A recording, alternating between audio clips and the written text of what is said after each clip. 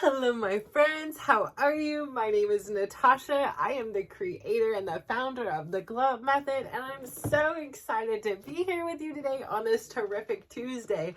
My goodness, today has been one of those whirlwind kind of days. My watch is dead. I'm having to charge it, so I don't even know if I have my full steps yet, but last I looked, I only had like 2,000 to go, which has like been so crazy because it was like one of those days that I had to like come home from the gym and I was like, did I film today? Like I had to really think about it, and I was about to pull my phone up and like look, and I was like, no, I did not. So super crazy day. It was like really packing it in. So speaking of packing, like I procrastinate sometimes on my own packing.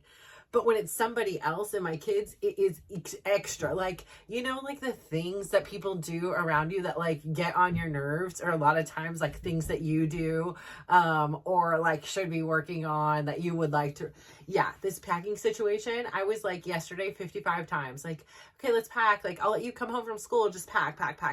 No, the packing did not happen. And again, I like need to remind myself this is an 18-year-old boy. Like he had a backpack that wasn't full, and he had a carry-on luggage that wasn't full to go to Germany. And I was like, I have a challenge sometimes, like spending the night at some place for one night and having that little. It was just so interesting, like too, like, you know, because I'm like double checking things, and it was like, no, that was enough shirts. We're gonna get 2 shirts there. Like, oh no, we don't need anything here. Like, I was just like, what? Like, I didn't get it. And then there was like not a makeup bag, you know, like no hair, you know, kind of things, and just so different.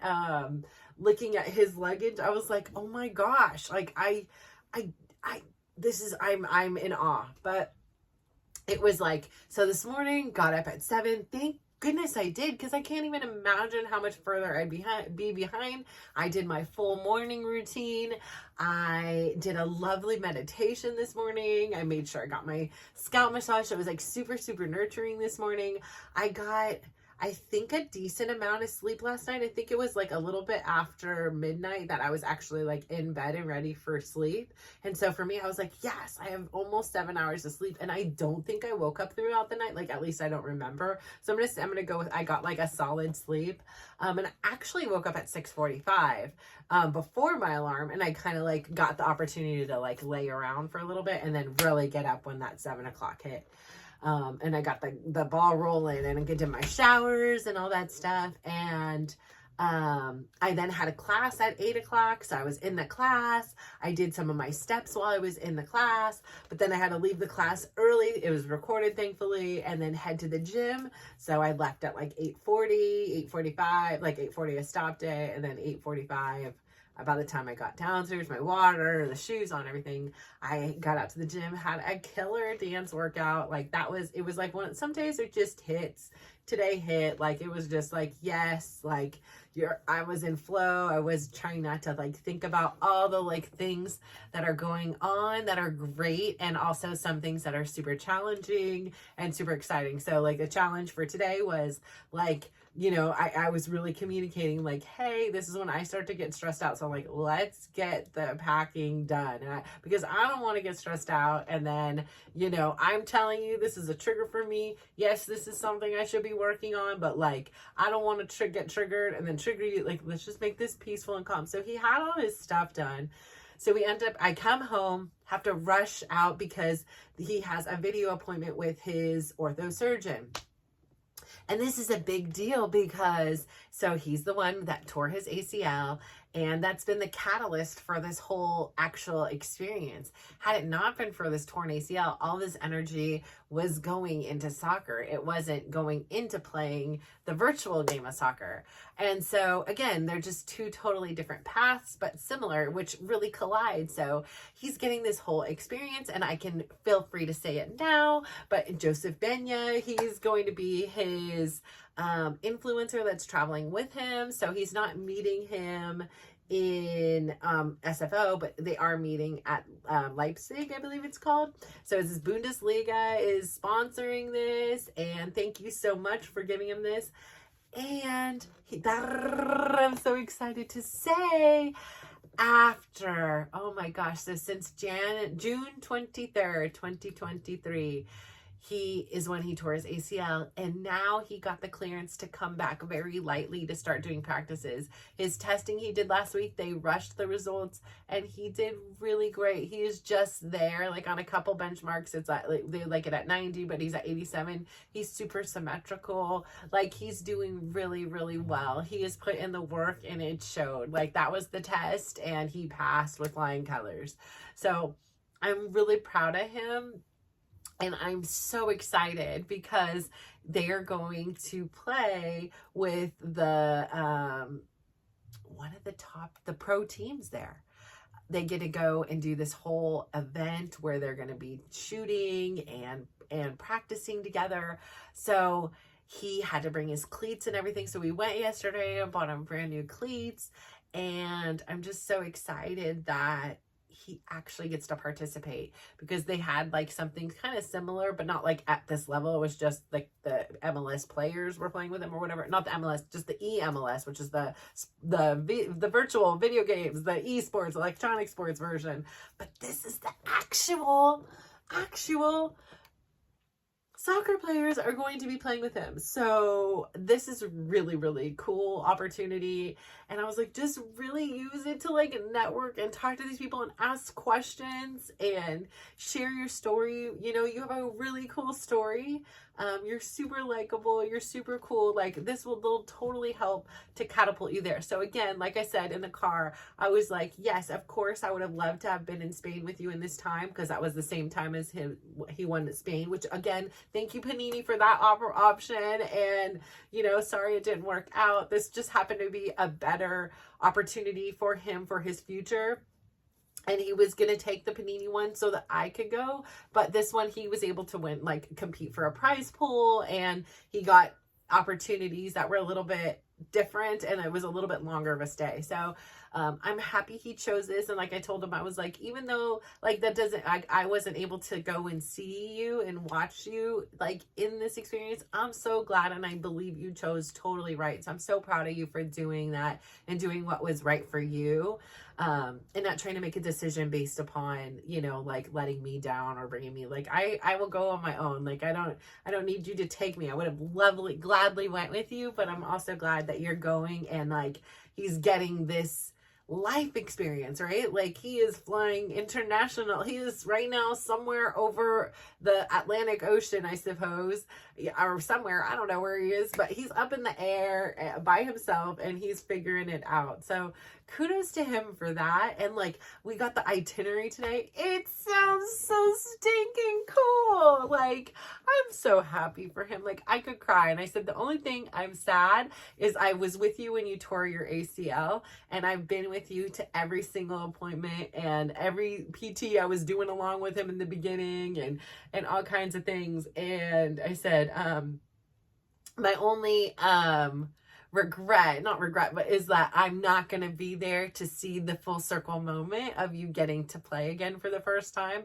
I was like, but on the same turn, as a nervous Nilly mom, like, there were parts of him in the testing at Stanford. I was like, I cannot look. I'm not watching. I cannot look. Like, no.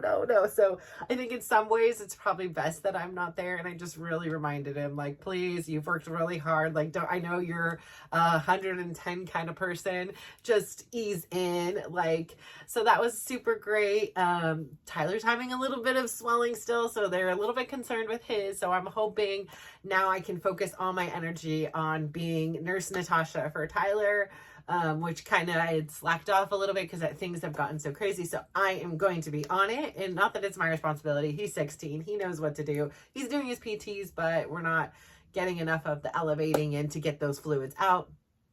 I'm on it. I'm going to be on him. Yeah, that was that. So I've had a really good morning. I have, started a new project. So I have like I'm making leeway in the business, which is so phenomenal, which is so great. It's so exciting. And it's nice to have this thing. Like, I have got this whole board that I'm using. I have this whole system I'm using to really reinforce, like, almost like, what is that thing, like Pavlov's dog or whatever, where they ring in the bell and you get the food or the door open, something like that. I remember learning about that and I in college, but I don't exactly remember everything, about it. But anyways, like, I just know that there's like a positive reinforcement thing. And, I'm really trying to, work on and practice these new skills and have it be something I'm able to integrate in my life. And again, like I say, setting my, my goal low. Like, I really want to just keep the minutes that I'm spending on this project low. And if I happen to do more, that's great. So trying to fit it in my crazy schedule is the challenge, because mornings I'm limited, but I'm the freshest in the morning. I have the best, like, my mind is able to go. Once the evening comes, I can feel the cranky come on. I'm tired. I want to like get in bed, and I don't really rest a lot. Like, I don't really stop. That's one of my things that I probably really need to start to practice more, is giving myself more of a stop. But then I do, like, in certain ways when I'm, meditating and doing my facial like stuff. Like, so I just don't I don't stop in my old way. Like before, I was very much like, I'd watch TV a lot and do other things. And I just don't have the desire to do those things anymore. Like, not that they're not like great, and there are times that I'm like, okay, cool, I'm binge watching Survivor, or I'm doing something like that. But for the most part, I am just not there. And so at the end of the day, I'm really, really tired, and I'm like, last night was like, Dylan at like 11:30 is like coming in with these questions. I'm like, listen, I don't have that energy anymore. I'd love to have this conversation with you. I could do it at like 7 a.m. I just can't at 11:30. I'm spent. I'm toast. So I really want to be able to set myself up for success, where I'm working on the business, where I'm the freshest, where I'm ready, but I also don't want to be held back by the limitations of my schedule. So we'll see how it all works in.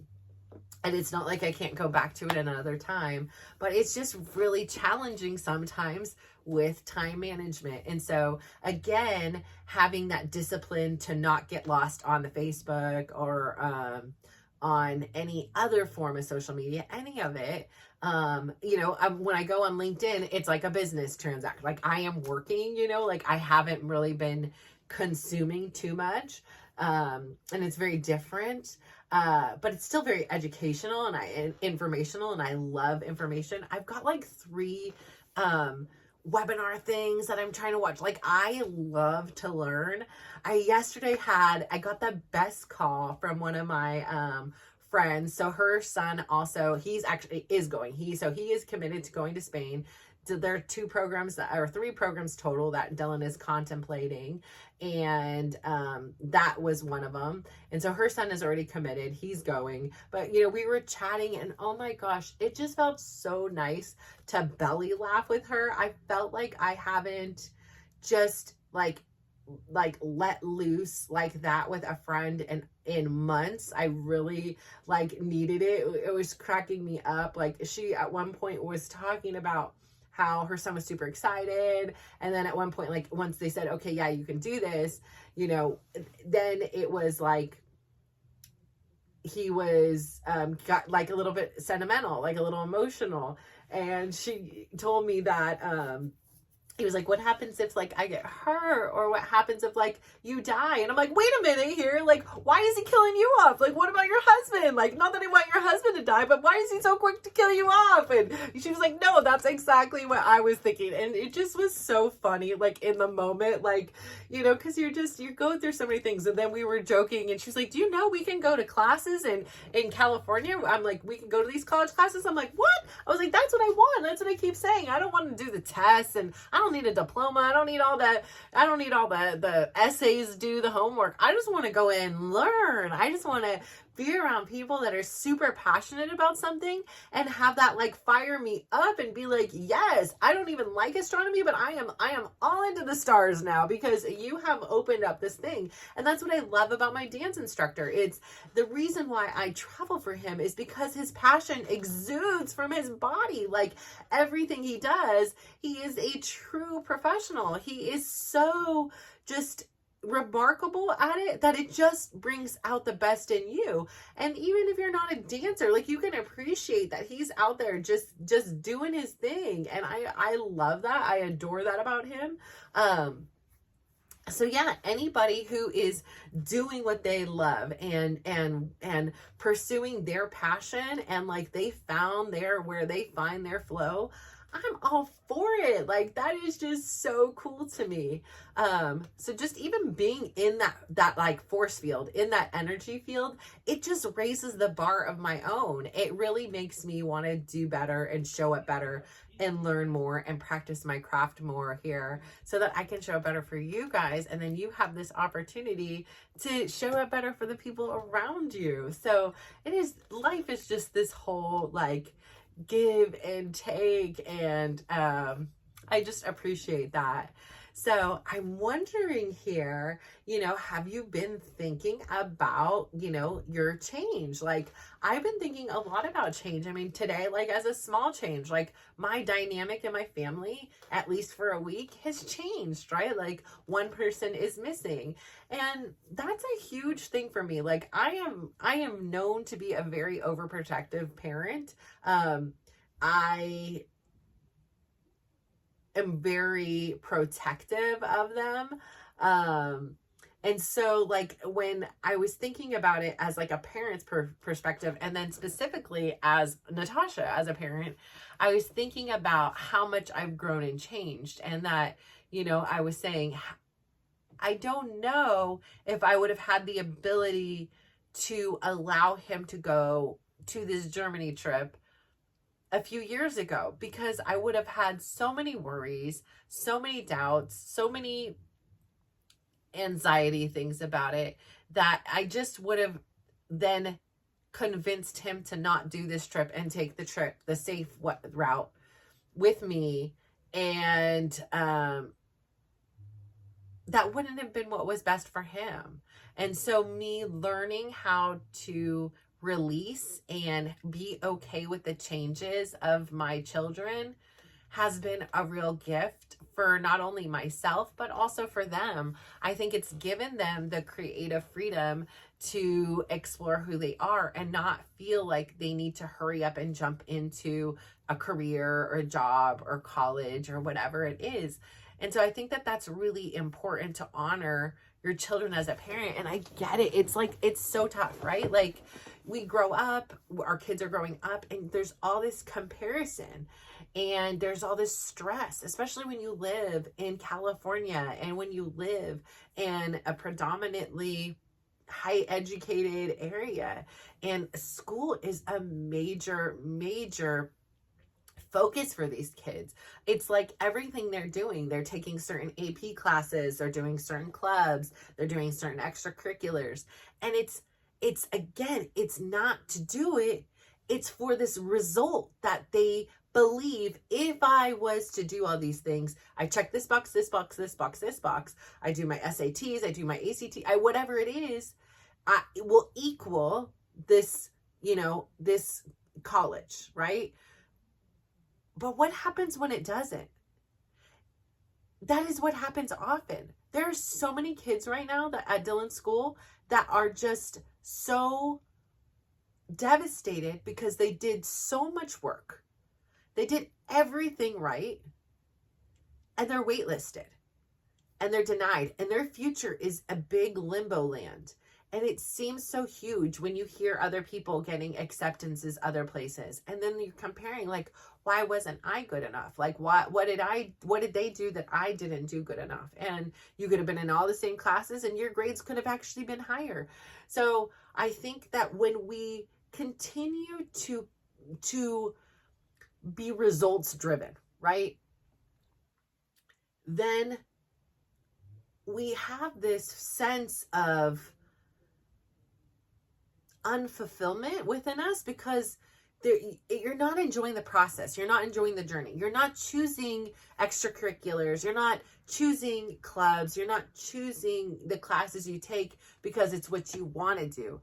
It's what you have and the society and your friends and peers and parents have said to do. And so you're not living your authentic self. You're not living your authentic life. Like, you know, if you're like, hey, I really want to take ceramics, and your parents or your peers are like, oh no, don't do ceramics. They're not going to look at that and care. You should do AP art history instead, or AP art. And it's like, the reason they have these things, like I thought Berkeley did a phenomenal job at this. They have what was called breaths. And I believe Brad had to take 7 breaths. So it was like 7 courses. You can't double up, but one from each like different area. So one like philosophy, one was, I don't remember what the heck they were. To be fair, this was a while ago. I know Karina did too, but she was more on it on her own stuff. But there were different areas. And I thought that was great because you just never know. Like, these are young kids who have kind of only seen one thing. So it's like, I wish all colleges you went in undeclared. I wish all colleges made it so you could just explore who you are and not feel like, oh, I need to, again, take these certain classes. Yes, you get freedom and you're more, I like that it's more tailored to what you enjoy and you can really lean into your strengths and passions. But what about the people who are doing it for somebody else? Like, there's a lot of kids that are going into engineering because their parents made them, and now they're paying for college, and they're not going to pay for college if you're not going into engineering. I have a friend's kid who, not my friend, like I know the kid, and they're his friend, so we'll say it like that. Anyways, that the parents will not pay for grad school only because they're not going to med school. If they were going to med school, they were willing to pay for the grad school. So it's like, why would you want to force your child, just because you're a doctor, to do med school if you know that's not where their heart is, their strength is, or the passion is? Like, who is it about? Is it about you, or is it about them? So I think, again, we have all this judgment. We have all these influences coming in at us. And I know, because I've lived my life so many days personally where I was doing what everybody else thought I should do, where I was results driven, where before my most recent lifestyle adjustment and weight loss journey, I was very focused on losing a certain number of pounds. I was very focused on being a certain weight. I was very focused on having a certain number in my bank account. I was very focused on the results. And it just seemed like I was constantly chasing these things. And then it would get to this point where I was like, what am I chasing? Like, I'm so far off. Like, here's my goal. It is so far away. Like, nothing I'm doing is working. And it just seemed like it just didn't work for me personally. Like, it just was like, this is never going to happen. But when I really started to investigate what it was I wanted, and when I, like, again, it was such a pivotal, it was meant nothing to somebody else, I'm very sure, but somebody in this world just telling me that I deserve to be happy. And that was like an unconditional few words. Like, everybody else in my life has been very much like, what do you give? And when you don't give me what I want something and you're not giving it to me, I want more of what you're giving, or some of it. Sometimes I'm not giving anything and they want something I have. And if you don't do this, then I'm done with you. I hate you. Nobody likes you. And that's been really tough on me. And it does bring up like areas of concern where I have to question, like, is this my integrity? And it only happened when I started to find my own voice, find my own wants. And before, when I was in this people-pleasing mode, I put everybody else above me. And it was just a painful, painful place to reside day in and day out. And so now that I have finally like emerged, I have finally become me. Like, I feel like I don't live with regrets. Yes, I still kind of question in my mind, because I'm like, wait a minute, if this person wanted me to give up this in order to be my friend, and they're my family member, if this person wanted me to give more money or give money in order to be my friend.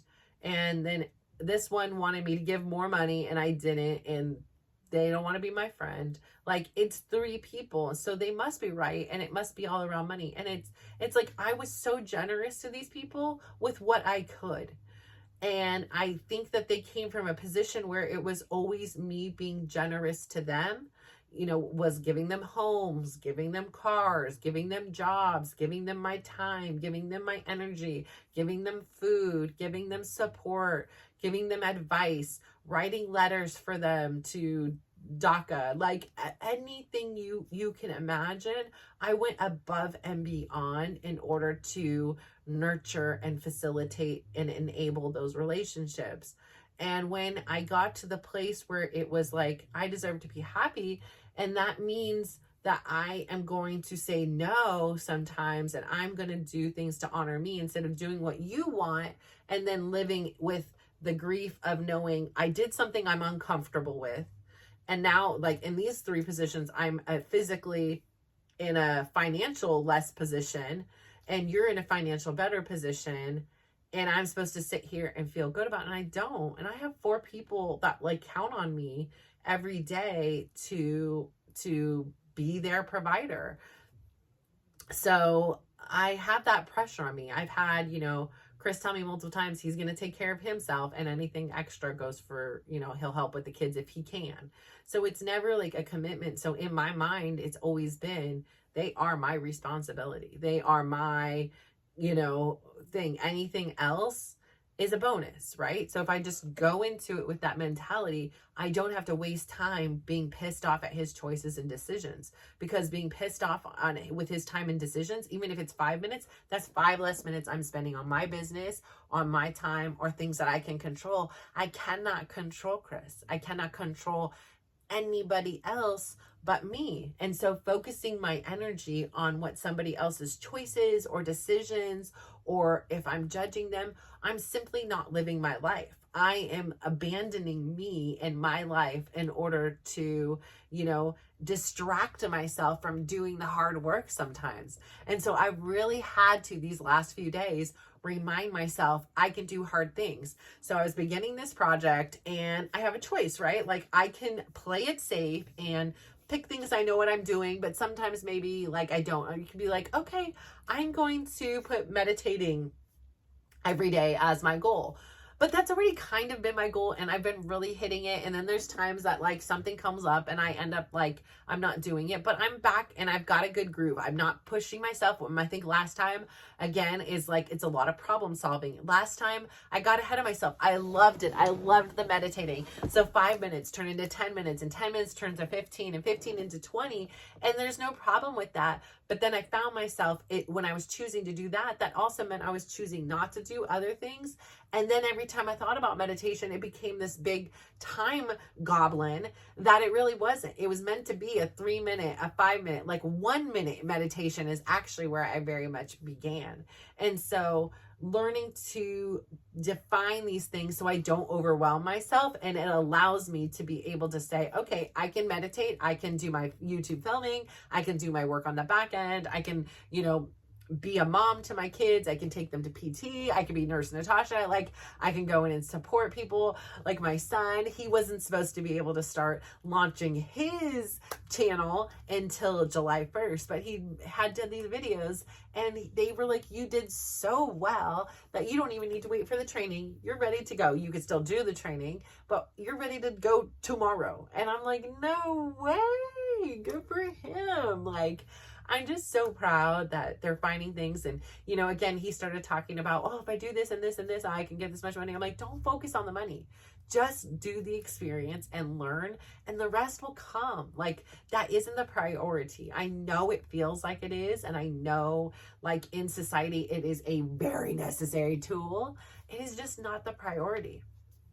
And so when people think that, like for me, that if I'm thinking that I'm trying to keep money from them or I'm trying to do these things, that is not, it is a tool. It is necessary. I am, again, like I said, I am frugal. I am cautious. There's been too many times where the women in our families have been on dire straits, and I am vowing to break that curse big time. Okay, I am not going to depend on anybody else and then have them leave me and then be like, oh no, what do I do now? And have to depend on my children. I just am really focused on that being my priority.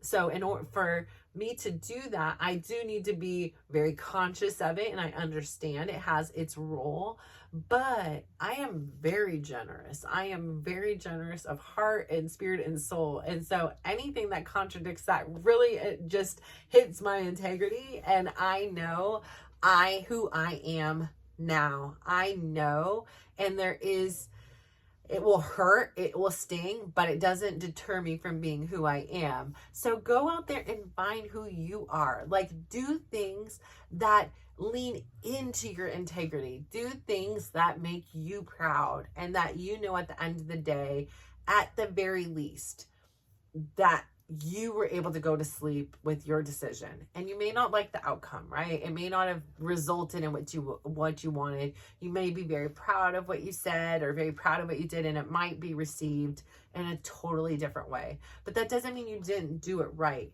That, again, is a result-driven response, right? Like, if you think if I do this, then I'm going to get this result, and then you don't, and then it puts you all in an upset mode. If you're just doing it to honor you and be you in the process, then you can be proud of yourself for knowing you, at the very least, honored you. So I say all of this to say, I am so excited that you are here with me today. I'm so proud of you. Keep learning, keep sharing. And if you could just do me one favor today, please go out there, give somebody a big smile, give them a compliment, and just watch how they glow up. Thank you so much. Bye.